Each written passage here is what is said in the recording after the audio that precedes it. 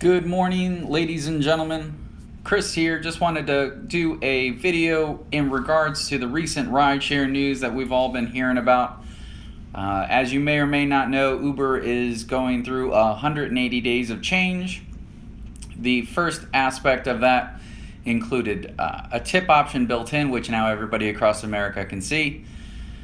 And the second half has to do with, or the second wave, I should say, has to do with 24-hour phone support for drivers, rating protection, as they call it, a payment for returning items, and just better support policies for drivers in general, in-person appointments at green light hubs, and faster fare adjustments and faster document review. So basically it's an overhaul of Uber support for drivers. Now this has been long overdue, but I kind of like to give a realistic assessment of what they're doing versus giving just from the perspective of, let's just say, being a rideshare driver for almost 3 years now. And from a rideshare driver standpoint, all this looks and sounds amazing. But I did graduate from the University of Florida with an economics degree, and I can tell you that first and foremost, all these things that they are doing for themselves first. Now, it's a great PR storyline to say that they're looking out for the drivers and the drivers' best interest, but in fact, they're really, by and large, looking out for themselves on the vast majority of things that they're doing. The adverse effects that drivers aren't going to like from this. And yes, there are going to be. So I'm just going to kind of go over the realistic expectations all drivers should have line item by line item. 24-hour phone support for US and Canada.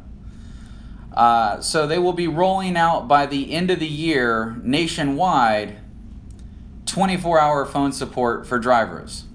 Now think about that for a second. They have to employ people in order to do that. It's just the reality of it. And when they have to employ more people than they currently have, that means they're going to increase their payroll. And when they increase their payroll budget, that means they're going to have to dig revenue from somewhere. So just keep in mind that, guess what? Don't be surprised if you see, 30% or 35% commission rates rolling out for new drivers in the future. For them to offset the cost of having call centers.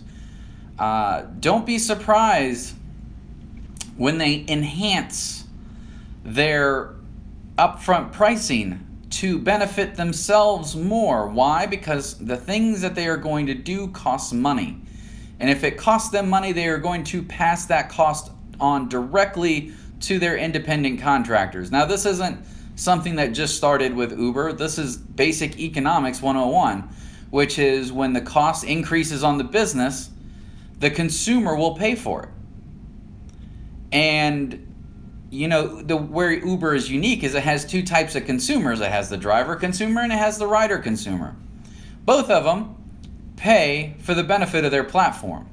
So they are going to pass this cost directly to the rider and the driver. So just realize that, to me as a driver, I would say that the net benefit for 24-hour phone support, if I were driving full-time, would be hugely beneficial because I'm going to utilize that service more. But if I'm a part-time driver, if I only drive 10, 15 hours a week, this is taking money out of my pocket because chances are I'm not really going to use 24-hour support, so therefore I'm going to pay for something because they're going to spread the cost over everybody. I'm going to pay for something that I'm not necessarily going to use. So just keep that in mind. Number 2 is rating protection. Now on the surface this sounds amazing. Passengers must explain bad ratings. But why don't they force drivers to explain bad ratings as well? And I know it's been happening for a long time over the tip option. There are literally thousands upon thousands, if not tens of thousands or hundreds of thousands of drivers that have literally rated passengers lower for not tipping. Why aren't drivers forced to explain why they rate riders a 1-star or a 3-star or a 2-star or a 4-star? So the way I look at this, yes. What I would do is so the rideshare guy, they did a great article regarding this, and they kind of showed one of the pictures, and it says, it gives an example of a 4-star rating and what could be improved. And for the example, too many pickups. Obviously, this is an Uber pull request. And then Uber put down at the bottom, this rating won't apply to your driver. So what does this mean? It means that there's really not rating protections in place at all for the vast majority of riders that want to rate their driver harshly intentionally. Now, will this help in terms of the riders who accidentally rate you a 3 or a 4-star? Sure. But the ones that want to be true pricks, if you will, they will find a way. They'll choose driving, and they had a rude driver. They don't have to explain after that. You're a rude driver, and in the rating system, bam, now it all of a sudden it applies. So this didn't actually put any protections in place. It just made the consumer go through a few more steps in order to rate you bad. Now I'm going to continue to talk about this rating things later, because it actually comes up in another topic when it comes to their 180 days of change. So just realize there's an adverse effect to them doing this. So every single developer, the whole idea of a company, especially a tech company, a service tech company, is lessening the steps between the beginning of a transaction and the end. You have the shorter you can make those decisions on the consumer, the more times that those consumers will make those decisions. So in Uber's case, if Uber were to create all these different options on the rider side, I know it sounds great at first, riders having more options within that app. But believe it or not, it actually has an adverse effect of how many times people utilize Uber to begin with. So that's why they've been simplifying everything. That's why they've been trying to take the pickup location out of the rider's hand. That's why they're trying to take the drop-off locations out of the rider's hands. They're trying to lessen the steps. They basically want their app to essentially read the rider's minds, because if that happens, then people will utilize Uber without even thinking about it. They won't have to think about it because it's already all done. So this is just one extra step that Uber is now putting back in that may actually have an adverse effect on the amount of rides that they see taken. So they might jump over to Lyft, because as the way I look at it, as long as Uber makes this optional and not required, then it shouldn't affect their ride volume very much. But every single time you put a requirement in front of a consumer, they're going to literally have to think twice the next time they're going to utilize it. So we're not going to beat that dead horse anymore. We're going to keep on going. Line item 3 is the $15 payment for returning items. Once again, thinking about it from the driver's side and thinking about how many items I've returned and not received any compensation in return from the rider, this sounds great on the surface. I'm guaranteed $15 from the rider when they forget something in the car. So now I'm going to be compensated. But this actually goes right back to the rating system. Now the rider has a reason to wait. If they forgot something and they didn't rate you, which happens all the time. Most riders don't rate their drivers at all. Now, if they're charged a $15 miscellaneous fee, now they can 1-star you as the driver. They didn't rate you before, but now they can. And now they have a $15 reason why they should. Now, those that have collected cleaning fees from people that have objected, you've already experienced this. When you collect a $250, $200, $150, $100 cleaning fee, if you notice that your rating took a hit the next day, it's because that person probably 1-starred you. That's why the rating system is flawed in general. And instead of fighting Uber or fighting riders over the rating system, drivers should just pay less attention to the rating system in general. Just focus on you and how you conduct yourself, and whatever a rider rates you, they rate you. If they think you're unprofessional, who cares?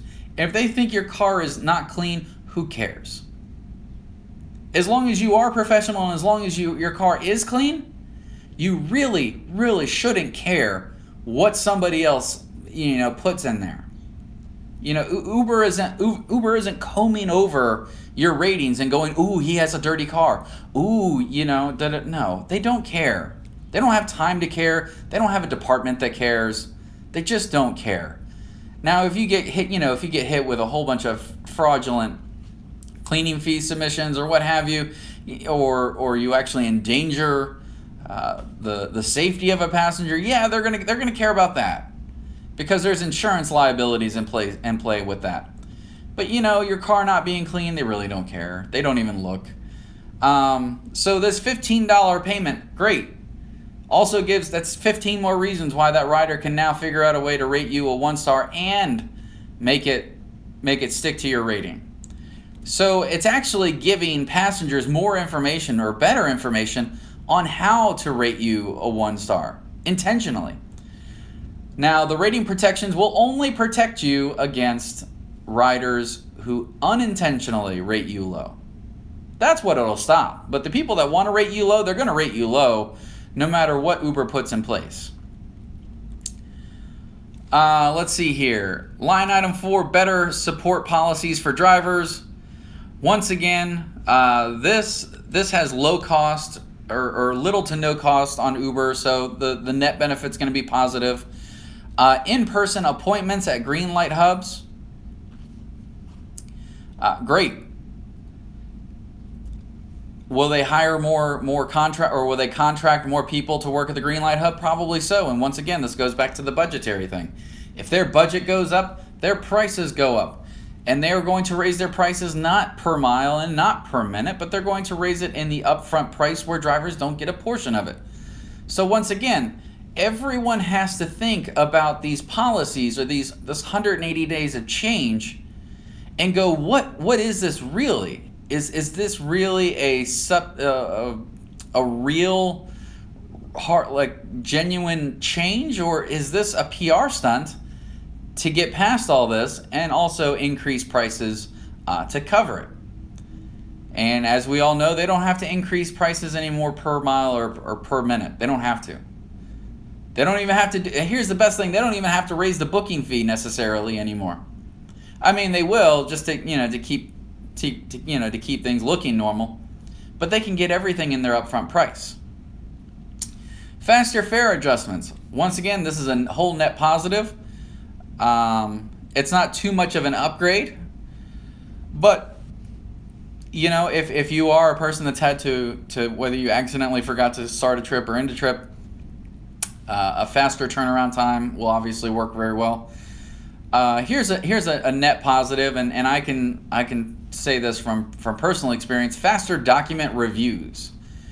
Now, me being a rideshare driver for almost 3 years, and especially most of that was in Florida, I had OPS managers for the Florida region in my phone. So like if I needed to change markets really quickly, I didn't go through the app, I just called them.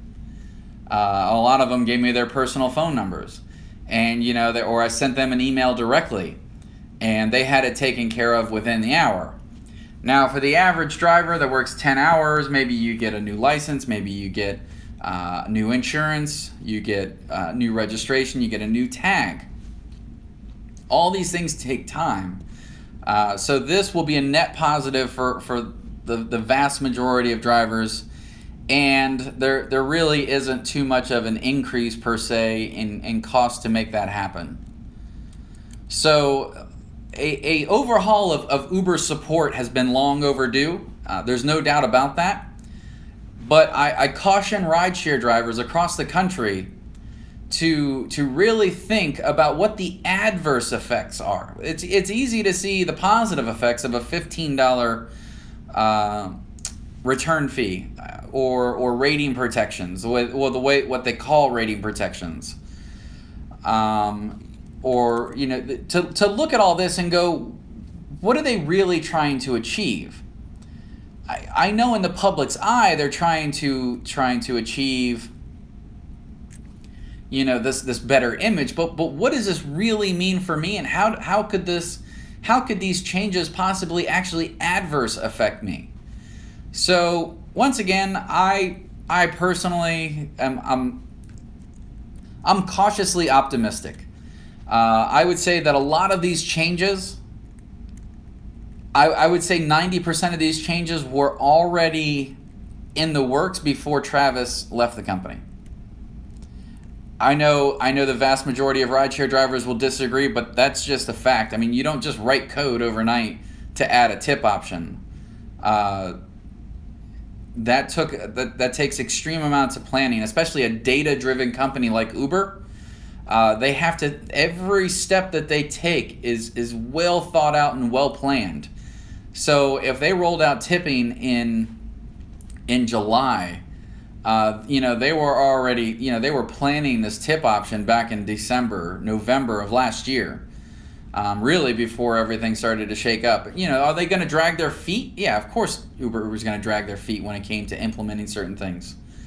But they have to see how it's going to adversely affect them, and then how they're going to spin it to positively affect them into the future. So once again, just wanted to share this news with you if you haven't read all the articles already, and I wanted to kind of give you the perspective of somebody who A, is a rideshare driver, but B, also studied economics and understands the detailed relationship between consumers and providers, because we're the providers, they're the consumers, and Uber is kind of just like an intermediary. They're just like the middleman. They process all the payments. So I hope you got some information out of this or a perspective per se that you maybe didn't think of before. But please comment below, like, share the video, and I look forward to doing some more videos in the future. Have a good one.